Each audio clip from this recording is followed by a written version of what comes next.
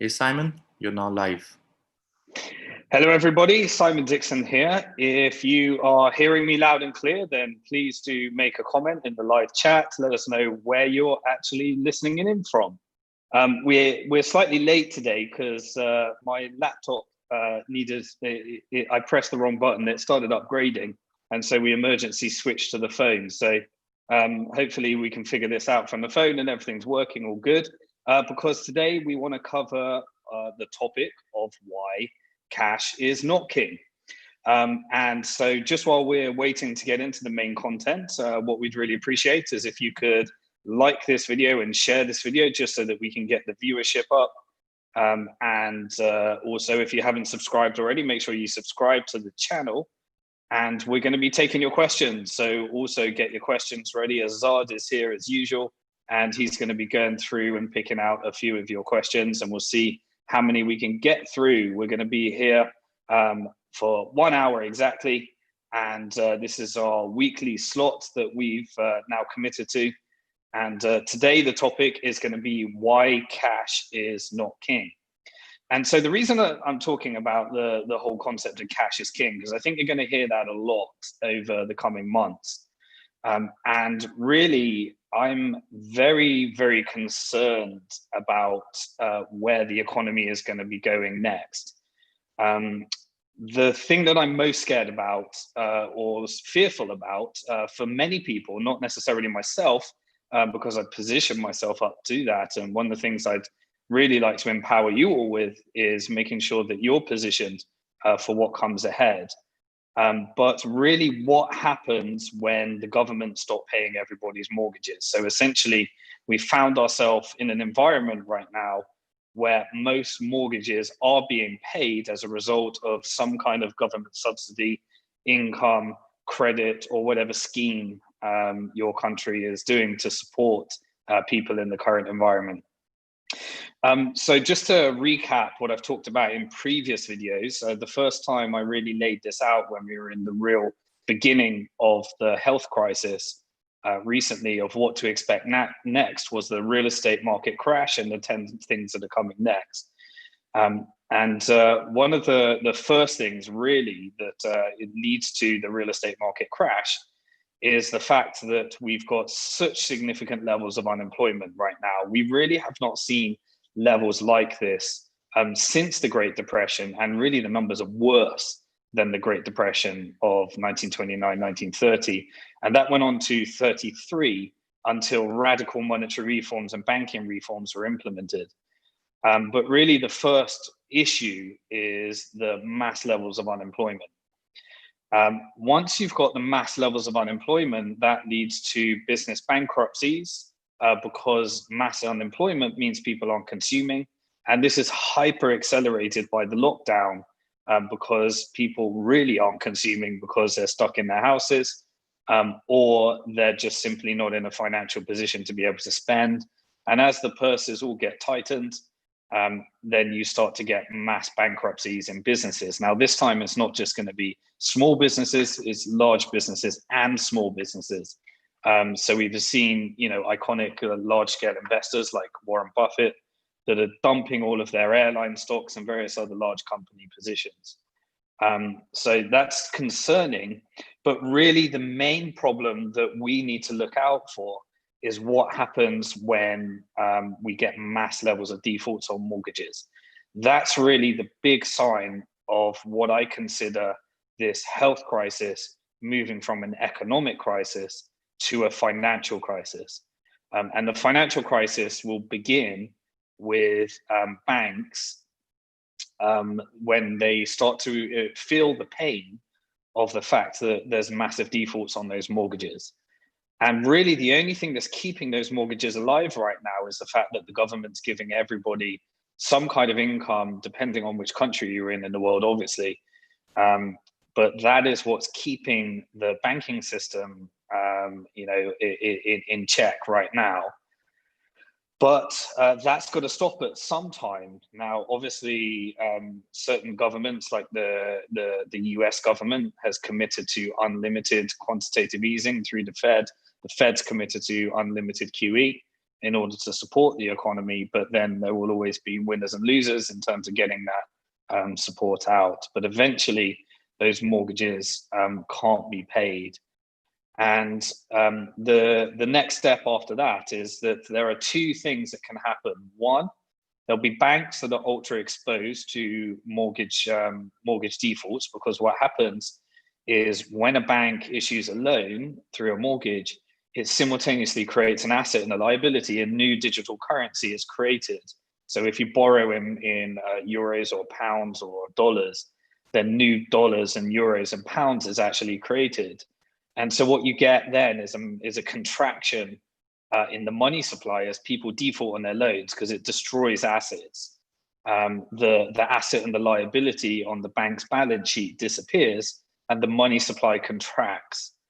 Now, also those mortgages might not necessarily be on the bank's balance sheet. So different banks will be in different positions. Many of the banks have already sold off the debt to your pension. So it's either going to be your pension that's on the line because they bought many of these assets that were repackaged by the investment bank to sell to your pension, or it's going to be the bank directly. And then, as I talked about in the 10 next steps, the only monetary policy tool left is the issuing of a central bank digital currency in an environment where we're going for radical monetary reform in order to maintain some kind of normality. And the impacts that has on privacy, freedom, and personal liberties will be the next big debate after we have that.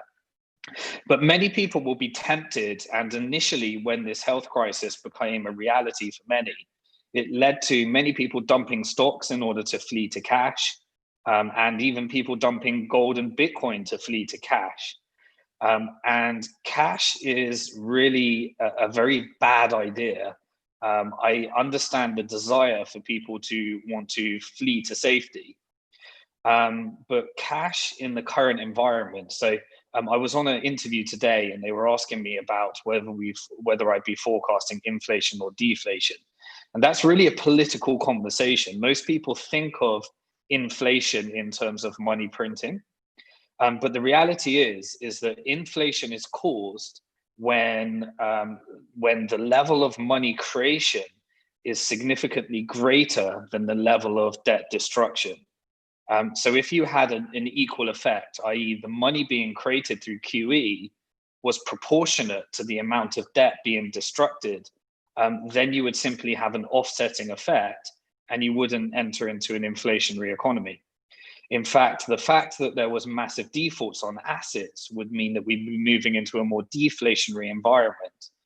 But if they continue to create new money in a greater proportion to the level of assets and debt that's being destroyed, then you risk entering into an inflationary. So it's why, while it might be the logical thing to predict inflation, it also depends on what is actually happening with those toxic assets at the same time, and the money creation and destruction process is what actually causes that. But many people would think that the right move is to move into cash, and that might be the right thing for some people to do if they don't know what else to do. But the cold hard reality is that when you think of cash, you've got to start thinking of it in terms of a few things. Firstly, most people think of cash as what the fiat currency is in the country that they are born or live in right now, and that's a really bad idea. Cash in the country that you live in should only be thought about in relation to your expenditure level. Most people save in their domestic currency. And really what people should be thinking about in terms of actually investments and savings, and I obviously can't give financial advice, I can just tell you how I think about these things. And when I think about these things, I think of money that you actually need for expenditure. You shouldn't take currency risk with that. You know, if your mortgage or your rent, or if you don't have a mortgage or rent, you own your house outright, then it's the currency in which you have your expenditure. That should not be confused with your savings or your investments. Those should be thought about as two different things. With your savings, if you want to hold money in the cash markets, you want to be thinking about which currency is going to strengthen in the current environment, because we're all forced to speculation with our savings in order to try and beat the inflationary effects that might arise. Now, whether inflation or deflation comes next is a political conversation, and the markets only move based upon unexpected events. So the markets will price in everything that the market expects to happen.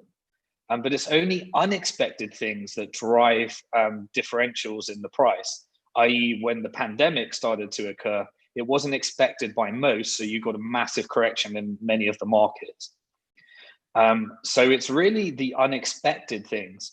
And at the moment, it's very hard to forecast whether we're going to be an inflationary, deflationary, because that's a political conversation. And with the end of a 75-year debt cycle, it will lead to a renegotiation in terms of the monetary system that we live in today. Hence why I'm thinking central bank digital currencies are going to be a big part of that negotiation. So the worst thing you could probably be doing, well, not the worst thing, but one of the bad things you could be doing is fleeing to cash. And then you either end up with your local currency, which is significantly weakening against other currencies in terms of your savings, or you don't really think of it as an asset class in itself and consciously decide which cash should you be holding. And you end up in the wrong side of an inflationary or deflationary cycle. So cash is certainly not king in the current environment. And in the interview that I had today, I was asked, what is the makeup of the different asset classes, if not cash, if not stocks, if not bonds, what is it? And so I outlined 6 of the different asset classes that I'm looking at when I'm thinking of not my spending money, as I said. This is what a lot of people in the Bitcoin community start to, because they think of Bitcoin as their money, they don't separate what they need for their expenditure versus what they need in their savings accounts. And that really can cause really harmful effects when if you happen to need to spend something at the time when Bitcoin is in a bull or bear cycle, short term, then you end up having to speculate on whether you can actually make that expenditure, which is a very, really unfavorable way of managing the part of your money that's for your expenditure. And so really, in terms of cash, cash is king in terms of how many months do you want to be able to cover your personal expenditure. But then the savings proportion should be thought of in terms of what asset classes are going to perform and how do I hedge myself. And so really there's 6 different asset classes that I'm looking at the moment.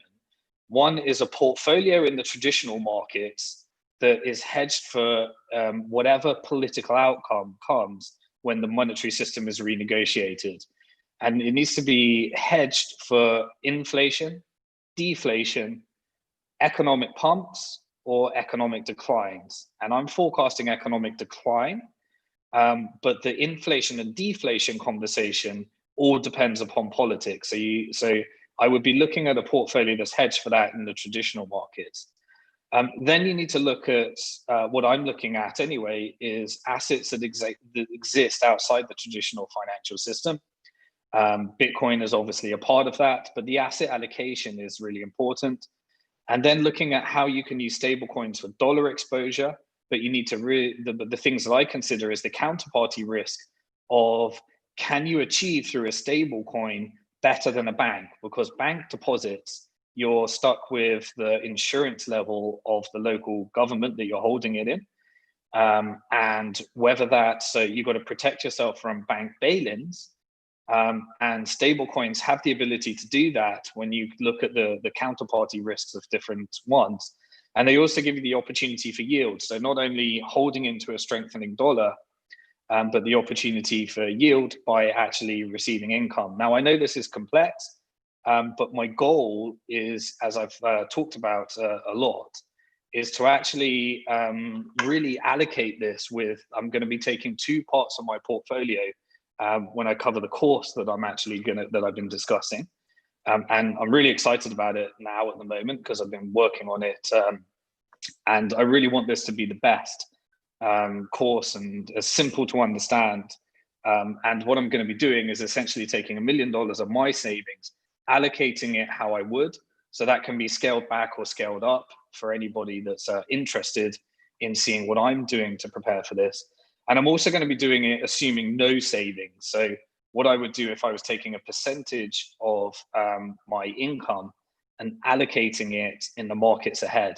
Because the reality is that that we've been through depressions before, we've been through debt cycles like this before, and we've been through economic financial crises like this before. And it's about positioning yourself to be on the right side of this during the inflationary, deflationary cycles, also the recovery phase as well. So Bitcoin would be a part of that. I believe that the demand for giving the ability to own your own money, spend your own money, and have the hardest money digitally globally would be a very important part of that. Stablecoin exposure with income opportunities so that you can make money. I've often told people that trading is a mug's game. 90% of traders lose money. At the 10% of insiders make money, but also those that are lending their assets collateralized by other assets can actually have the opportunity to receive income during these, as a result of all these ultra speculators. So I'd be positioning myself on the right side of that. I'd be also looking at an equity portfolio that consists of different parts of the crypto and Bitcoin ecosystem, and mainly weight towards exchanges and geographically diversified, because exchanges make money when the crypto markets crash and when the crypto markets go up. So I'd be looking at a portfolio mix there.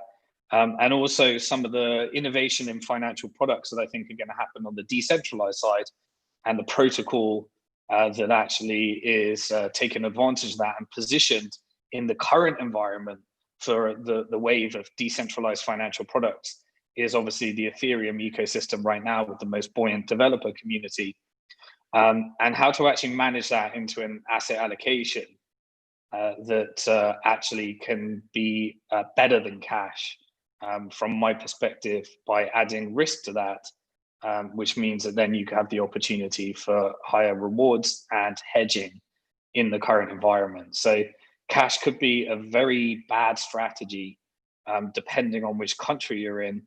And unfortunately, the world we live in today is that we're going to have to be dealing with those inflationary and deflationary environments, and how we can be positioned to win no matter what happens there. Now, I appreciate that's a lot to take in, and a lot of complexities. But my goal when we actually release the course is to simplify this significantly, and also use and take advantage of some of the opportunities that the wealthiest 1% use in terms of doing it in a tax efficient way, with banking that actually is crypto friendly, and setting yourself up in the right way in the current environment. So that's my thoughts on cash. If I could summarize that into a few things, the first is, don't think of the currency that you are using just because you live somewhere as what you should be doing with your savings. The currency that you save in should be thought of as different and optimized for the economics and a range of different scenarios that could come out of the monetary reform and negotiations that I think are going to be coming ahead. And then really positioning yourself for what works in the current environment and a range of different scenarios outside of trying to beat the normal strategy of driving yourself to cash and in the current environment. So Azad, maybe we could take this in the direction that the AMA wants it to go. There's a lot to unpack there. Yeah, happy to take any questions that are coming through. Yep, thank you very much for that. Interesting times we're in, and it's a very heated and controversial subject indeed. We do have a lot of questions coming through. I'd like to take the opportunity to thank all of you guys who have been waiting patiently in the first 5-10 minutes whilst we had the little technical glitch. Thanks for that. Now we have about 159 people, 160 people in this room at the moment. What I'd like to do is to get people to hit the like button, and if you're new to this channel, please hit subscribe. I think, Simon, if I'm correct in saying, I think we shouldn't assume that everyone knows who you are. Can I just, in this quick moment, get you to quickly introduce yourself, just for those who are new to you and this channel? Okay, sure. Yeah. So, I've been really dedicating myself to economics for the last 20 years. I started academically mastering in economics, then went into a career in investment banking where I worked as a stockbroker, market maker, then trader. I left the banking sphere in 2006 to start giving lectures on monetary reform before Bitcoin was created. Our first mission was to try and create a full reserve bank to protect people from the systemic risk of bank exposure and the effect that can have on the economy. So I created a video in 2010, which was called The Great Depression of the 1920s. And that got a lot of attention recently because obviously the Great Depression of the 1920s, 2020s. That we're experiencing right now. Spoke at the first Bitcoin conference in the world, wrote the first book in the world, the first published book that included Bitcoin, and a shareholder in over 100 different companies in the crypto and Bitcoin space. Thank you for that, Simon. Now, let's just get a little bit of energy in this room. I'd love, like I said, we've got a lot of people joining us right now. Please hit that like. It really helps a lot of people out there. And of course, Simon, just to reiterate, Simon's not a YouTuber. He's been really busy over the number of years with his own business and just traveling and touring the world and doing an awful lot for the whole financial world and the mess that we're in right now. He's been trying to, he's been predicting a lot of this stuff and finding solutions, but now is a really crucial time in this moment. So these type of videos, these type of events that we're doing once a week, where Simon is happy to give information around topics like why cash is not king, is important for people to actually get that information out there. So please, 3, 2, 1, smash that like now. And now, Simon, I've got a question for you. I think is on the tip of a lot of people's mind. In fact, I'm actually surprised how people sell their property in crazy times like today. So we've got a person in the chat. They've actually mentioned the fact that they've sold their property. But what to do about the money that they have now? Where should they be investing it? Not that you're going to give investment advice, but let's see what you can do there. So again, that's exactly what I talked about in the beginning. I can't give specialist investment advice because that would require a financial advisor understanding your individual circumstance. But what I tried to outline earlier was the types of things that I'm looking at in order to put together an asset allocation for what I think is coming next.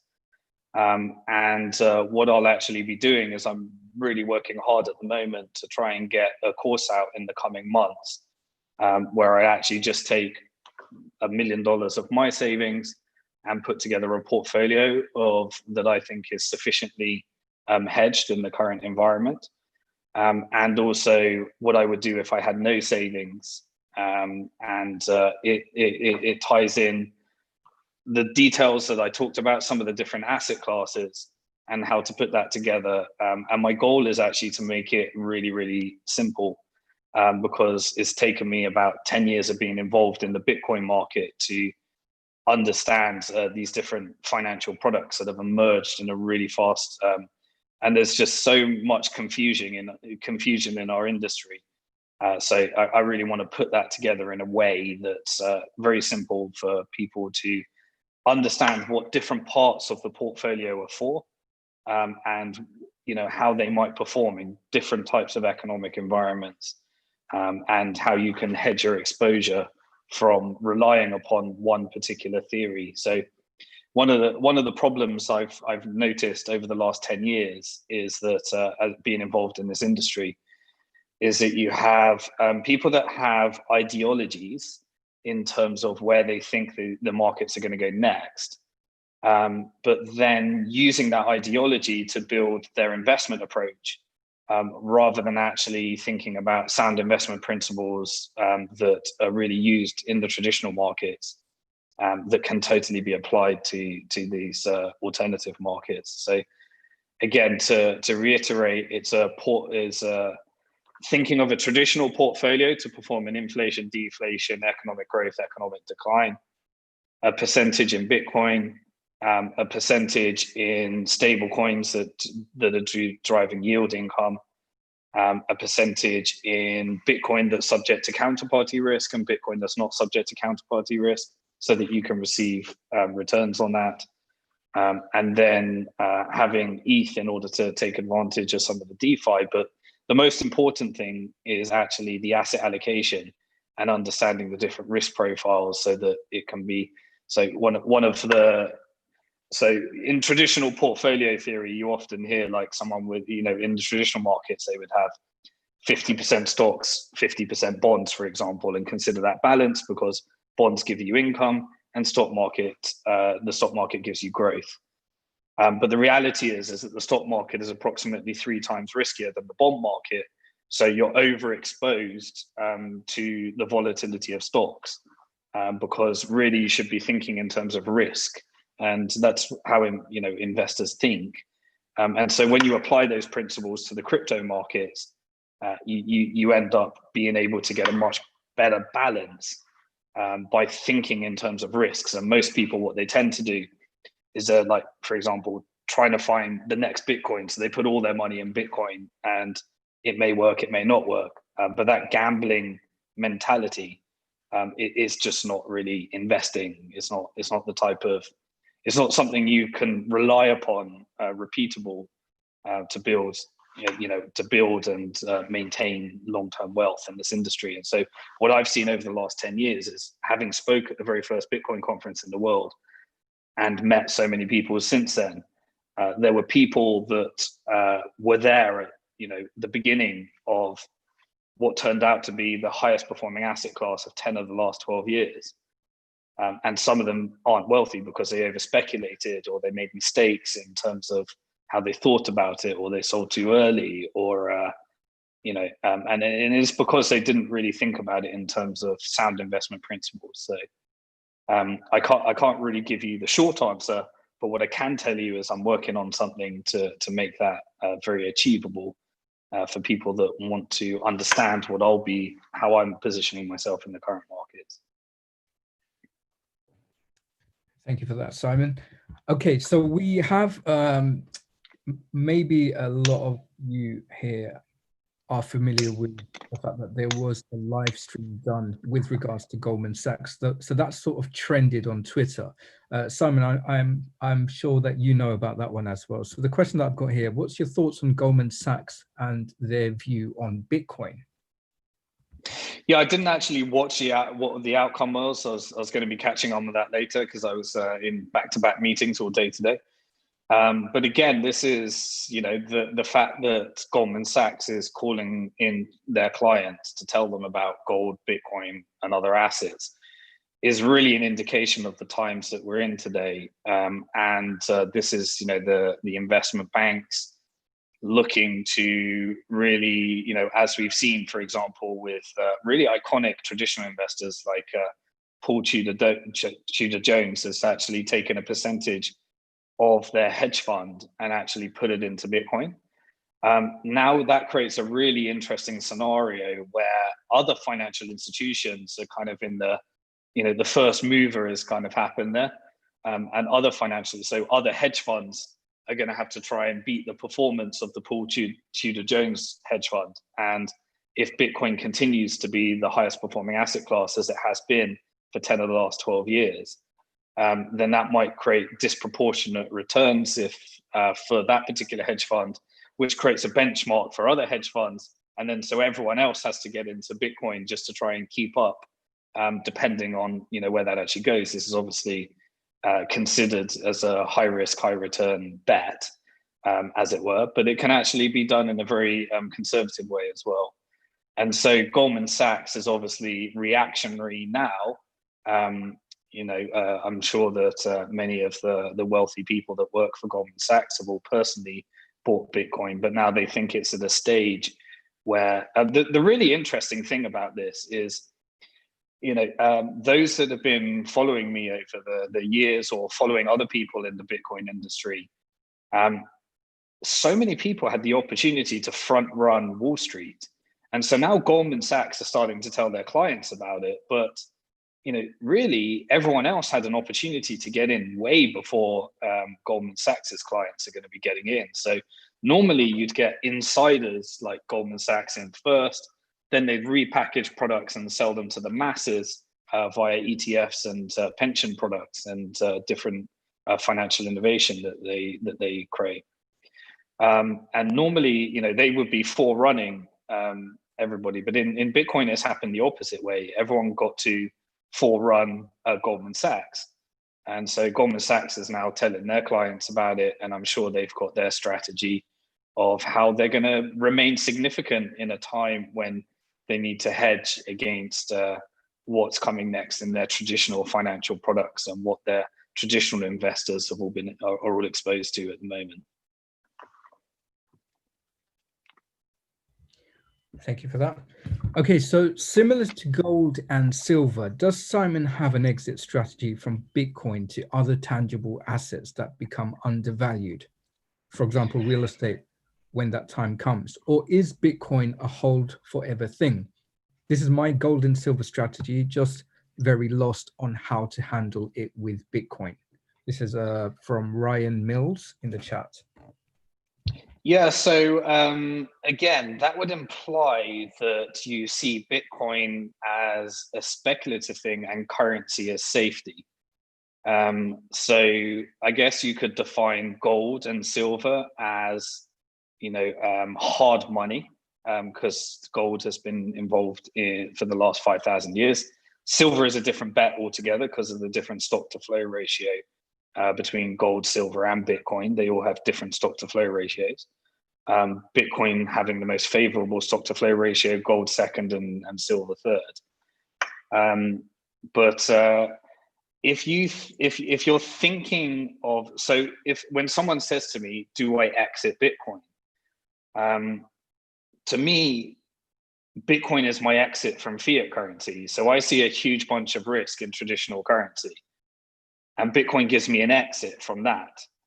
So for me to buy dollars or buy pounds, then it would have to be part of an approach in terms of me developing a financial plan for myself in terms of how many dollars do I want in order to, I might say to myself, I want 7 years of expenditure covered in cash.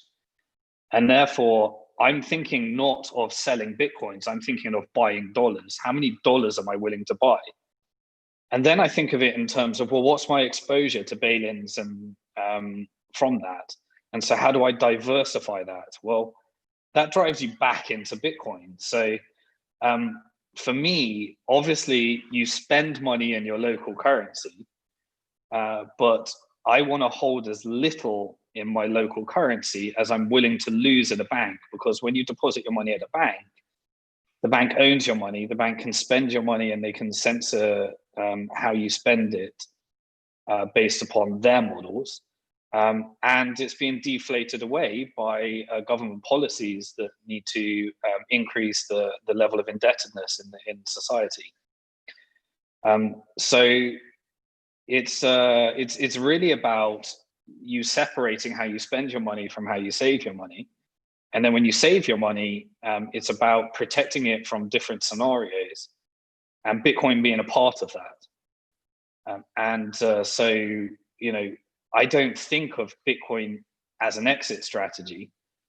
I think of building you know, my savings pot into something that's going to protect me and my generations to come for many generations to come.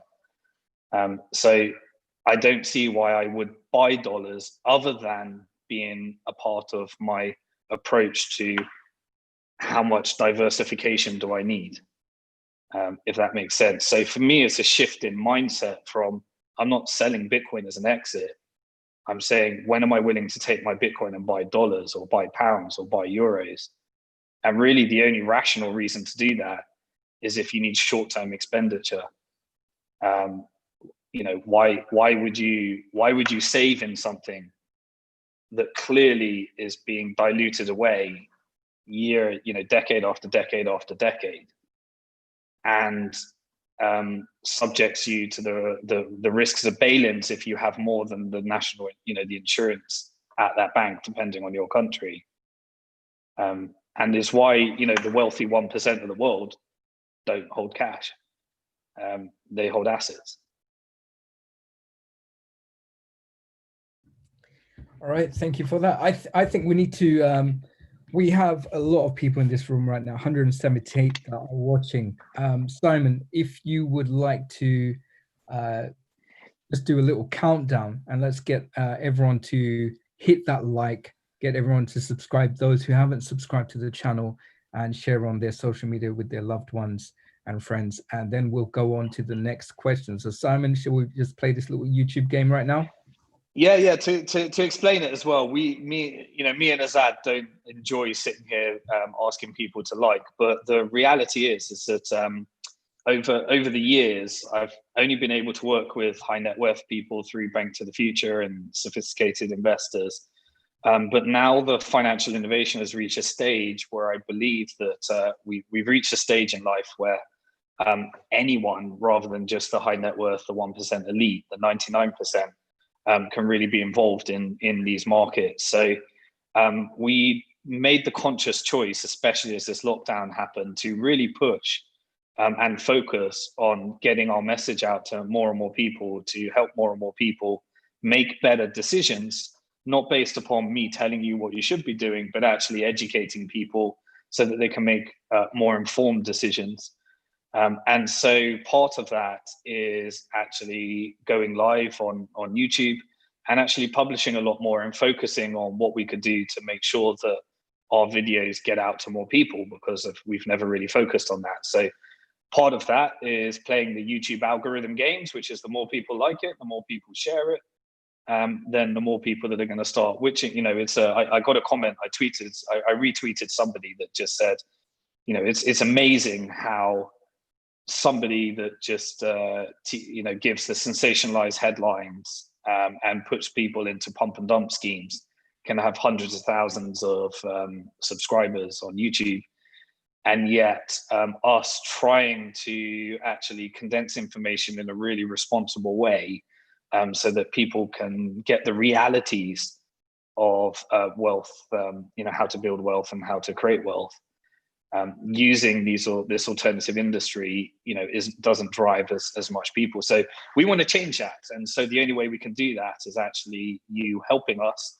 And so that's why Azad is really insisting on us focusing on these things, and we're just going to need your help to do that. So the more we do that, the more people like this video, then YouTube considers it something that is worthy of view of other people, and the more we do that, the more we push, the more this is really going to reach more people. So like, share, and as Azad said, we notice that if you don't actually ask people to do it, sometimes you forget to do it, and I'm the same as well when I'm watching a video. So what we're going to ask is, after 3, for everybody that hasn't hit the like button yet, to hit the like button. If you've pressed it already, maybe you could share or subscribe or do something else. But after 3, if everybody that hasn't liked yet, please hit that like button. 1, 2, 3. And if that's gone up, Azad can take some more questions. Yeah, I'll give it 3 seconds. Nice one. Yeah, it's going up. All right, you know what? On that note, what you just said there, Simon, yeah, people do need to understand the fact that you've been sort of not in the whole social media sphere and just coming out right now because of the situation that we're in, and some great opportunities that are brewing. So I think there's a lot of people out there who have been following your stuff, appreciate what you're doing, and those who are new, that's one of the reasons why we want you to keep in touch with us, follow what's happening, and hopefully benefit just like others are benefiting. Now, in terms of there are a few skeptics in the room, Simon, and I know you like a challenge. So I'm going to ask you a question right now from a person called Sankt Galus. They wrote, "We are victims of exchanges. Simon is an owner of them and gets dividends and wins our money. Mr. Dixon is a big fish like Willie was in Blues." Your response? My response is be on the right side of the exchanges. So the opportunity to lend and collateralize your crypto to margin traders means that you can receive income as a result of other people's speculation. And you can be on the right side rather than being the speculator, which loses all that money. Then why not be the person that profits from the speculation? And secondly, I became a owner in crypto exchanges. And through Bank to the Future, we've been able to distribute the ownership of these exchanges to more and more people. So through Bank to the Future, Kraken has over 2,000 shareholders that invested a minimum of $1,000. We have a secondary market where people can own shares in Kraken if they qualify to invest. Obviously, equity depends upon the qualification criteria in your particular country. But through our special structure, we've been trying to make those as accessible as possible. We also, through Bitfinex, actually had 450 investors that were through our platform.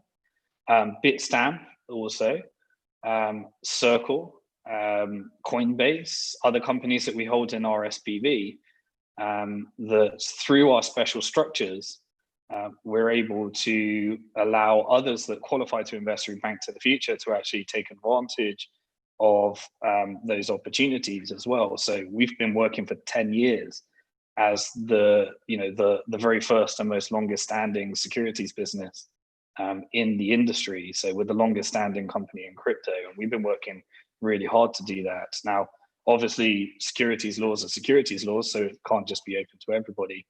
But those are two opportunities. So really what I would encourage you to do is reframe your question away from being a victim to actually start seeing what's in front of you right now in terms of opportunities. We can sit here and whinge on Twitter and say, oh yeah, he's a big fish, but I'd encourage you to reframe that question into how can I take advantage of that as well.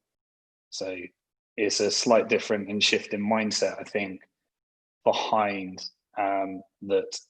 Yeah, and that's one of the things that we're committed to trying to achieve, is actually bringing those opportunities to the 99% where we can. Obviously, not all of the opportunities are available because of securities laws, but where we can, we think that we've got something that everyone can do a similar thing if they've got savings or they've got an income. And that's why I wanted to do those two different approaches. Now, while,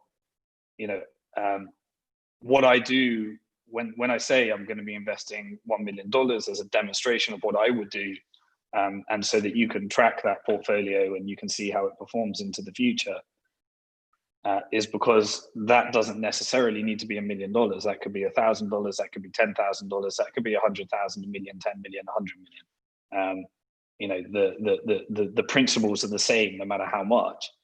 And then I also want to show how I would do it with zero, just by taking a percentage of my income and how I would manage that personally. Again, this is about putting together the understanding, not so so that you can actually be able to make those decisions yourself. And that's what I'm trying to do here. As opposed to, okay, it's okay if you can do it, but what can I do? Okay, we got a number of questions actually. A lot of people are kind of interested in the course in which you're working on with the team to develop. And we got one question here where they're asking, are there any, will your course include some basic crypto investment learning? The idea behind the course is actually the target market is people that may not have entered this market yet, as well as those that have been involved in the market but are just fed up of losing money or, you know, constantly finding themselves chasing the next big shiny object in crypto. One of the benefits of having been here from the very beginning is that we've seen lots of different profiles of people. I've seen where the Bitcoin maximalist might have gone wrong, the Ethereum maximalist might have gone wrong, the traditional maximalist might have gone wrong. And there's lots of ideologies that have driven, people that have been involved in the most exciting industry to not actually come out well on the other side, because they've been chasing the next big shiny objects and all sorts of stuff. So having seen that, and because Bank to the Future is the largest community of 85,000, sophisticated, professional, qualifying, high net worth investors, depending on which country the jurisdiction is, I've seen who made firsthand. I'm not talking about giving individual investors information, but on the macro level, I've seen who made money, who didn't make money over the last 10 years. And it's incredibly insightful. And so really the goal is I want this to be something that anyone with savings or income could actually implement and do. That is the goal. And my goal is to really get feedback from those that engage in this to actually understand, what areas can we make more simple? And that is really the goal. So when I wrote the book Bank to the Future, if anyone's read it, you'll know that my goal was to explain some of the most complex financial subjects in ways that people that don't have any understanding of finance or economics can understand. And I often get told that I achieved that goal. And if anyone's read the book, let us know what you thought, whether we achieved that goal. And that's why I'm really painstakingly going through this course and engaging more and more of our team members that have got the deep analysis of what have the really wealthy investors at Bank to the Future done differently from the ones that didn't come out wealthy on the other side. We've got incredible insights on that, and we've engaged the whole team in order to put those insights together and then build a product that I would want to consume if I was starting from the very beginning. So our goal is not to assume anything. And so we definitely want to try and achieve that.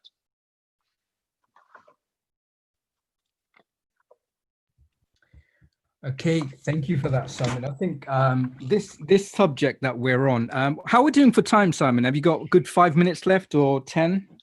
Can we push it? Because I'm filming from my phone, I don't know what the time is, so I'm relying on you for the time. All right. Well, the time is not. It's 9 o'clock now. We were slightly delayed because of the technical issues. So, if you're happy with 5 or 10 minutes, then yeah, let's make up for the delay, definitely.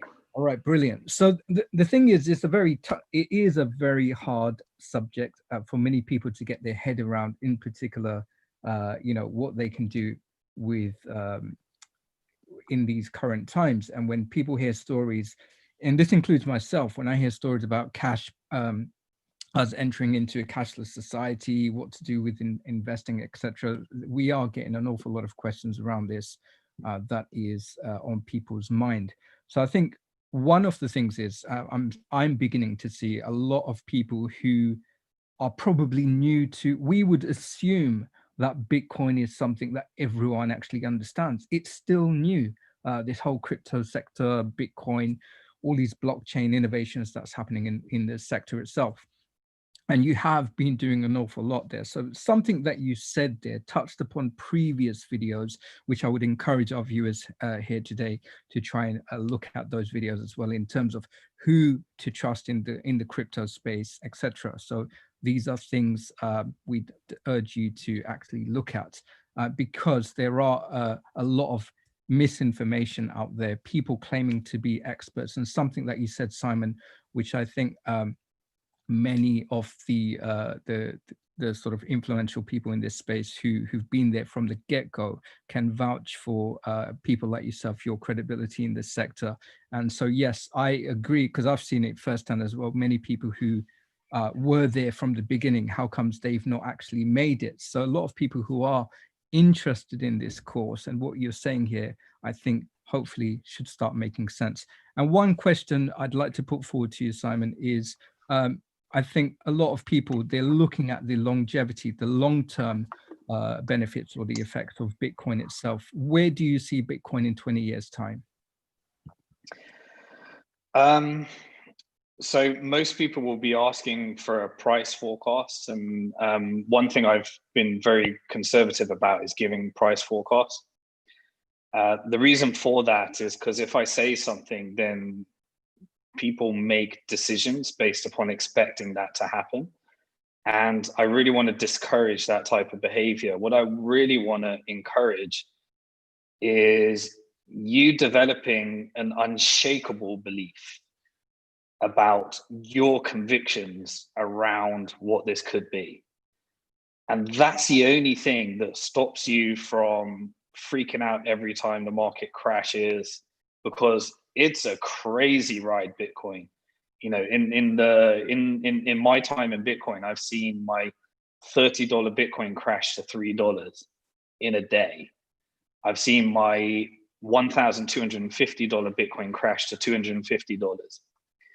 I've seen my $20,000 Bitcoin crash to $3,000. And I've seen every type of scam and every type of person trying to steal your Bitcoin, every type of this is the next Bitcoin, every type of, you know, disaster in between.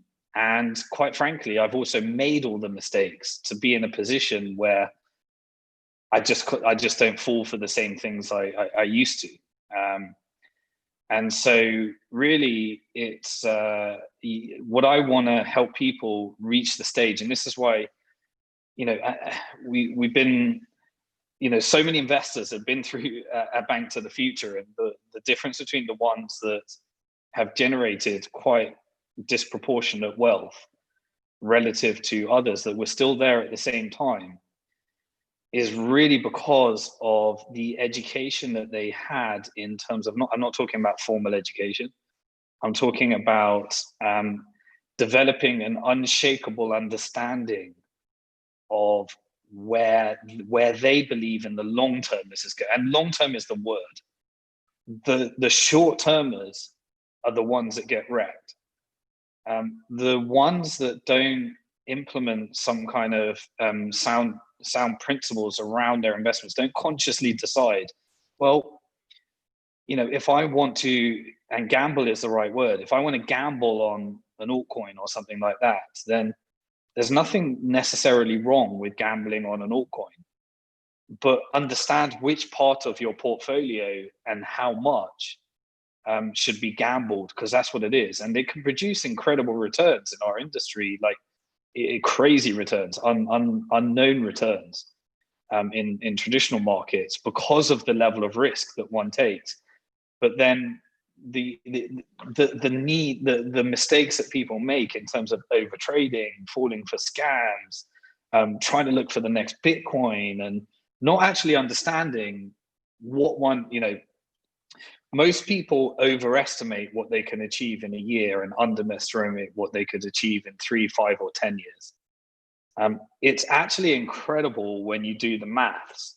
And one of the things we're actually building is we've got our team of researchers to put together a spreadsheet to help people understand what level of risk one might need to take to actually retire with something that they would never have thought was possible. And by actually understanding those numbers and seeing it visually just through a spreadsheet, they realize that they don't necessarily have to take the excessive risks that they're taking, and really over trading and risking everything in order to try and get that big win. And one of you mentioned the video, Azad, who not to trust in crypto. I went through some of the behavioral finance psychology that drives people into falling for these, I think we talked about 5 coins to 5 million or something silly that was happening at the time.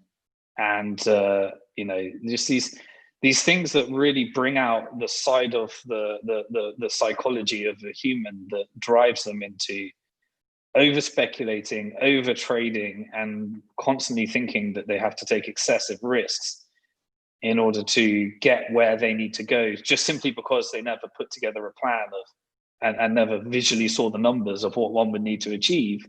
And therefore, they're taking disproportionate risks that led to them just destroying their wealth. And that's really rampant in the Bitcoin and crypto markets. And then also those in the traditional markets that don't fully understand the excessive risks that they're taking with real estate, with traditional pensions, with traditional managed funds. And really that should be hedged. I've often said that, like it or hate it, unfortunately, we all have to become speculators, because if you're not speculating, then someone else is speculating for you. And the people that are speculating for you are definitely going to be driving out as many fees as why, I talked about it, where many fund managers, the joke was, where's the customer's yacht? Because the fund manager's got a yacht, the investment banker's got a yacht, but the customer doesn't. And that's simply because everything is really positioned against, the non-insider.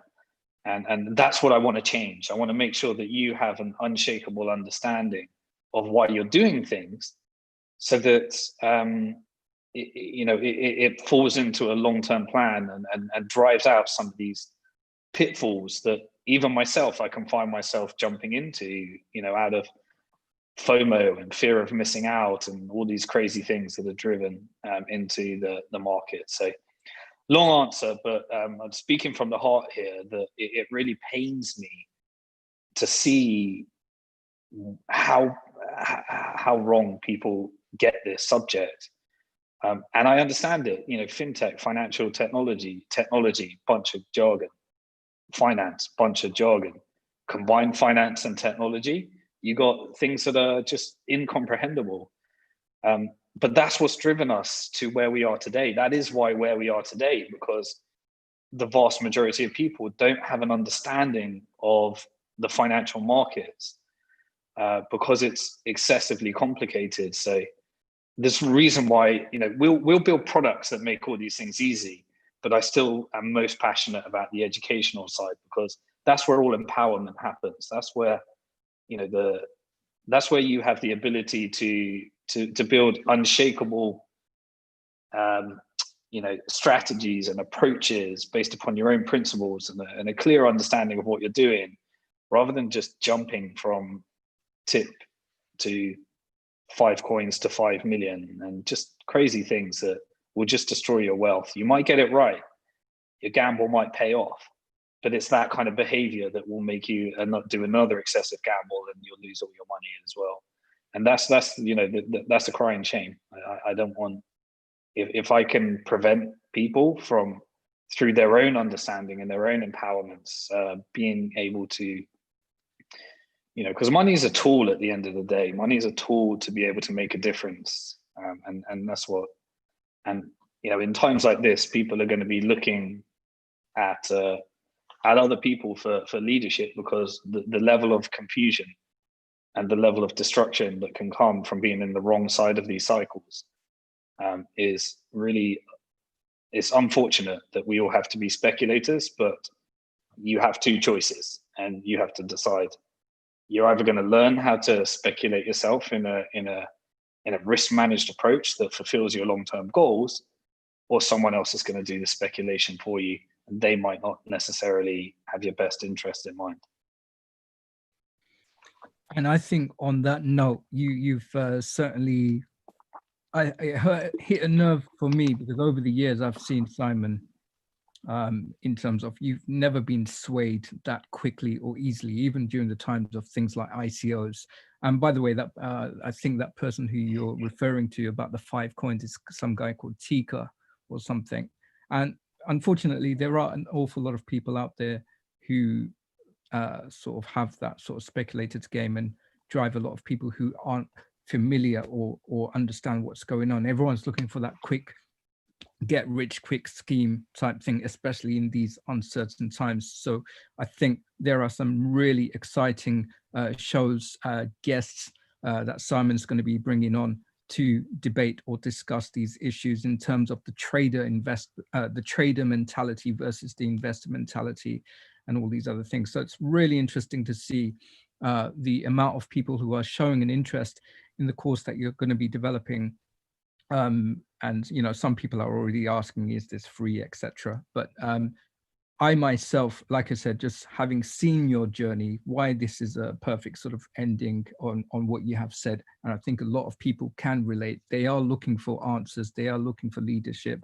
They are looking for solutions in their own personal lives to protect their loved ones, etc. So we do need something there. And I agree in my own opinion that, yeah, we do need to start looking at things in a much more speculative way, because if you don't, then someone else is going to do that for you. And I think, Simon, you've always kept to that balance as best as you can, and we welcome any questions, any sort of even if it's a negative comment or criticism, we welcome that, because that's the only way we're going to learn.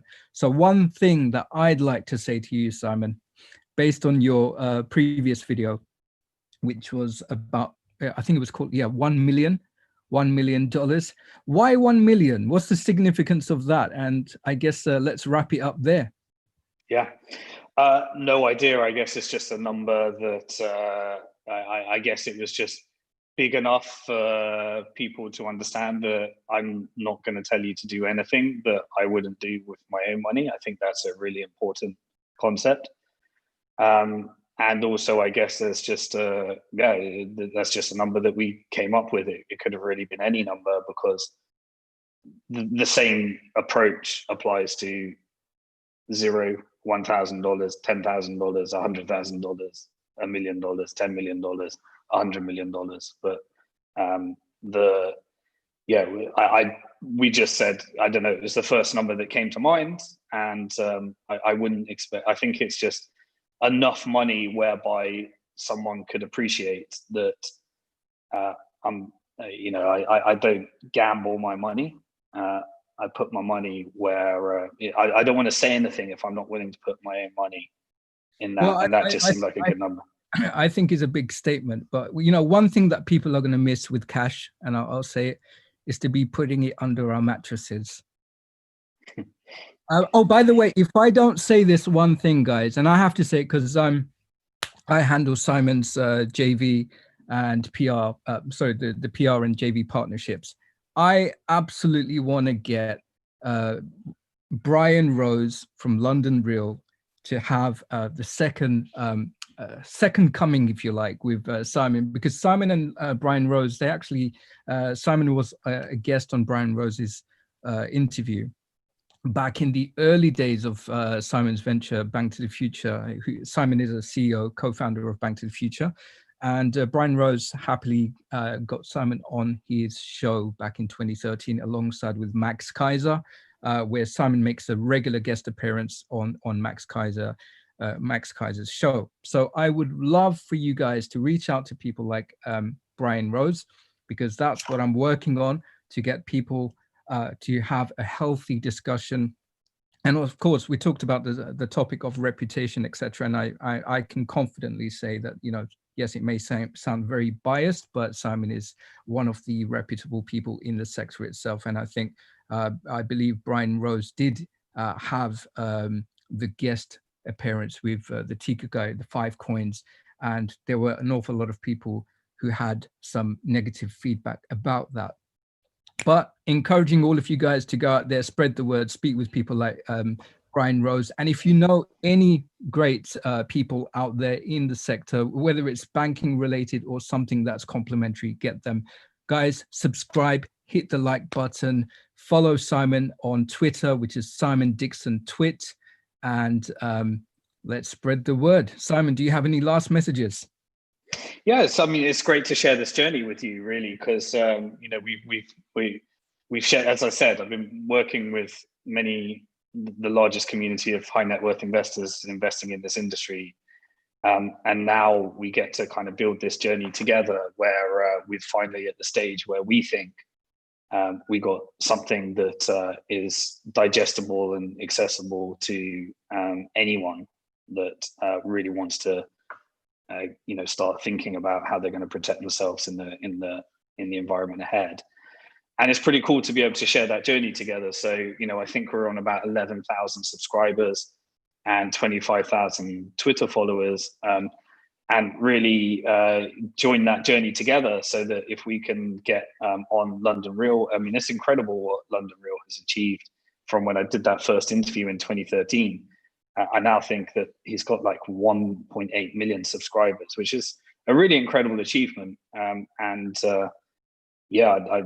it would be great to get this message out to more of a larger audience. And I'm happy with, you know, being with my people that have loyally followed. But at the same time, I think there's something that we can achieve much bigger together if we can reach more people. And yeah, it's great. It's great to be on that journey together, and we're pretty transparent here. You get to, you know, you get to see that, and yeah, thanks for everyone for doing that. And that's what we have to do. But Simon, can I just say, because it's interesting, and I think it's a really great question. Some of the skeptics in the room are against you having any sort of conversations with the likes of Brian Rose, and this is really interesting. I know we're going to be wrapping up here, but I have to do this. If I don't, I'm not going to be able to sleep tonight, Simon.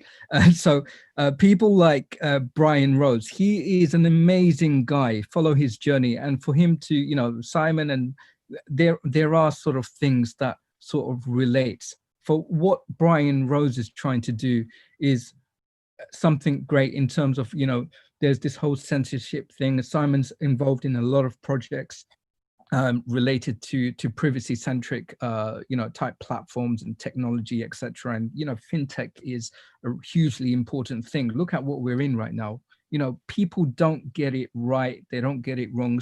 And so that's why you know, when Brian Rose is talking about subject matters that he may not necessarily understand a lot about, and unsurprisingly has a guest speaker on there who really isn't the kingpin or the real deal or the OG, if you like, then they need that. So what Brian Rose is doing for his community and the people who really care about privacy, who really care about censorship, they don't want to see censorship, people believe in freedom of speech, etc.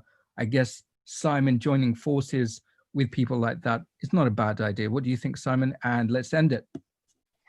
Yeah, we're all just humans. You know, sometimes we make mistakes. I've made a lot of mistakes over the years, but I believe that we all have the opportunity to try and tackle mistakes as they happen. Yeah, I think he's achieved an incredible amount of things, and to achieve an audience like that is great.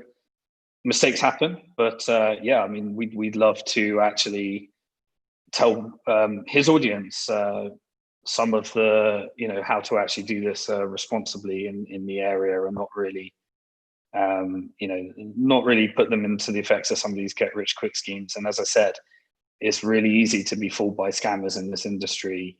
You've got to be careful out there, and so it's really easy to get caught up in that stuff. So that's all I've got to really say on that subject. We covered a massive, diverse range of topics.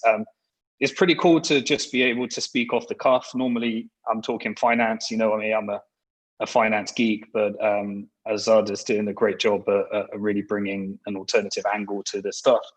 And we're covering many different topics. We managed to pull it on the phone. The camera actually looks pretty good on the phone. Remember, we're actually building out the studio now as well. So expect a more professional outcome in the coming weeks ahead.